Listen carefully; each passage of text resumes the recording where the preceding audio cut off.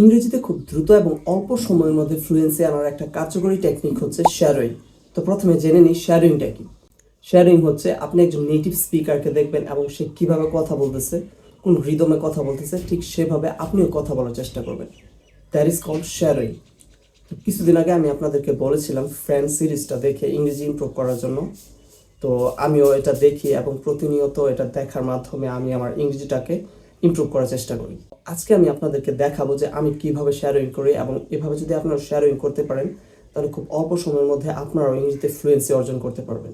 So let's see how eye shadow. দেখেন, আমি এখানে হচ্ছে ফ্রেন্ডস সিরিজের একটা এপিসোড ওপেন করে রাখছি। এখন দেখবো যে একটা ক্যারেক্টার কিভাবে কথা বলতেছে, তারপরে ঠিক সেভাবে আমিও কথা বলার চেষ্টা করব। So let's see.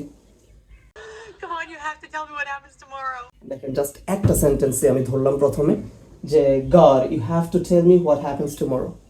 একেবারে নর্মাল ওয়েতে আমি এটা বললাম যে God you have to tell me what happens tomorrow. তো ক্যারেক্টারটা কিভাবে কথা বলছে, ওদের আমেরিকান অ্যাকসেন্টে বলছে God you have to tell me what happens tomorrow.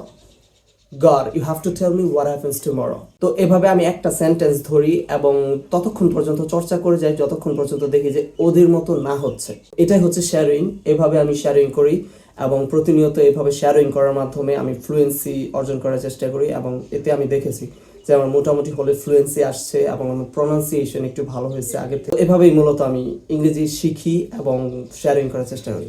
তো আপনারা ওইভাবে শ্যাডোয়িং করতে পারেন, দেখবেন যে খুব দ্রুত এবং অল্প সময়ের মধ্যে আপনারা ফ্লুয়েন্সি অর্জন করতে পারছেন। ধন্যবাদ সবাইকে।